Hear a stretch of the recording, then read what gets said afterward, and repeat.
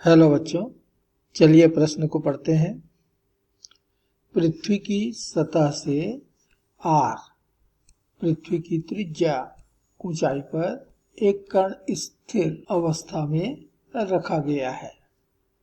इसको कितनी न्यूनतम चाल से पृथ्वी से दूर प्रक्षेपित किया जाए ताकि यह पुनः लौटकर नहीं आए। तो नीचे हमें कुछ विकल्प दिए हुए हैं, बताना है कि इनमें से कौन सा सही होगा। तो इस प्रश्न के लिए जो मूल अवधारणा है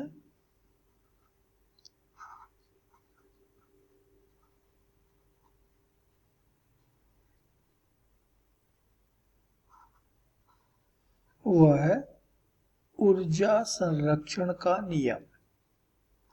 ऊर्जा संरक्षण का नियम।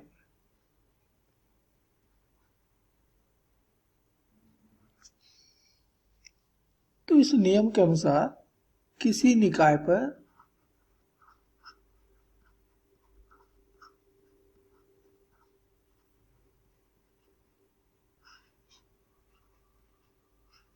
बाह्य बल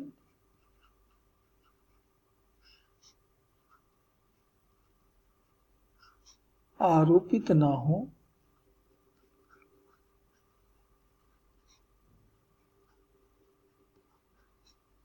तो निकाय की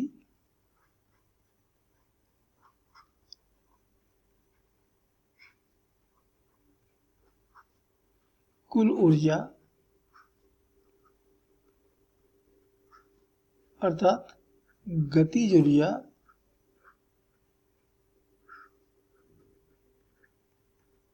धन स्थितिज ऊर्जा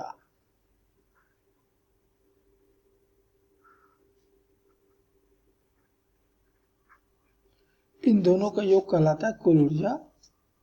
नियत बना रहता है।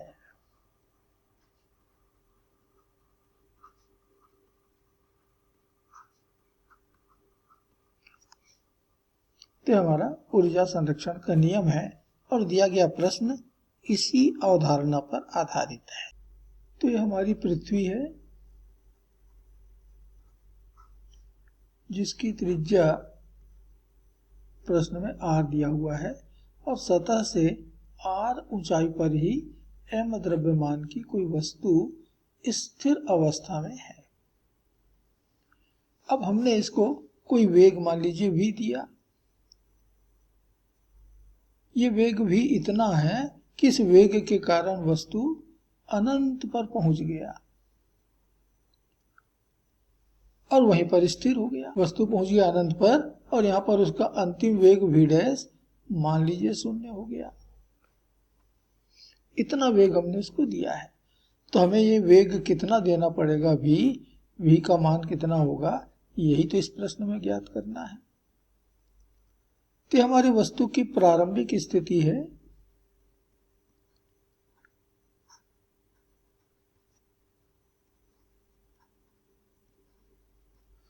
और ये अनंत पर हमारी वस्तु की अंतिम स्थिति है। अंत में वो यहां पहुंचा और इस पूरे प्रक्रम में हम देख रहे हैं कि वस्तु पर कोई भी बाह्य बल आरोपित नहीं हुआ है। वस्तु पर जो भी बल आरोपित हो रहा है वह केवल और केवल गुरुत्वाकर्षण का बल है, जो कि आंतरिक बल है। पृथ्वी के द्वारा वस्तु पर एक बल आकर्षण का बल आरोपित है और यह एक आंतरिक बल है। वस्तु पर कोई भी बाह्य बल आरोपित नहीं है और इसलिए इस पूरी प्रक्रिया में निकाय की अर्थात हमारे वस्तु की कुल ऊर्जा संरक्षित रहेगा, नियत रहेगा। तो माना वस्तु को v वेग देने पर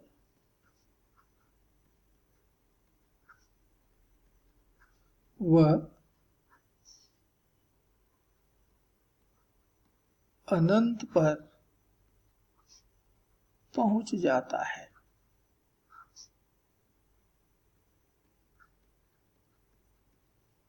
यह हमने मान लिया। तो वस्तु की प्रारंभिक ऊर्जा अर्थात प्रारंभिक स्थिति में वस्तु की ऊर्जा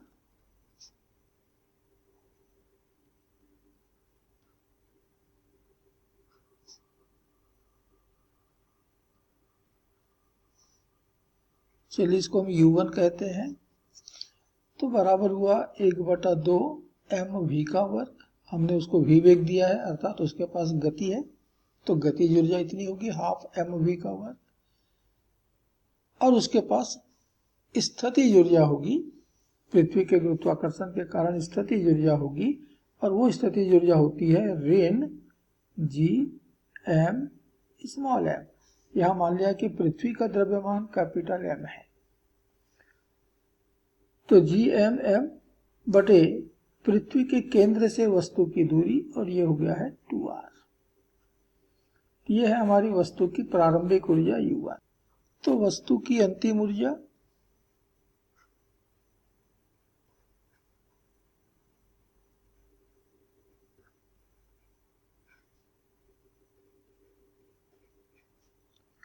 चलिए इसको हम U2 मान लेते हैं। तो अनंत पर जाकर वह विराम स्थिति में आ गया है, तो गतिज ऊर्जा तो 0, और अनंत पर है तो अनंत पर रखे वस्तु की स्थितिज ऊर्जा भी होती है 0, शून्य। देखिए Gm गुणित m बटे पृथ्वी के केंद्र से वस्तु की दूरी अब अनंत है, तो बटे अनंत, और अनंत से किसी को भी भाग दिया जाए भागफल शून्य ही आता है, तो ये हो जाएगा शून्य। तो ऊर्जा संरक्षण के नियम से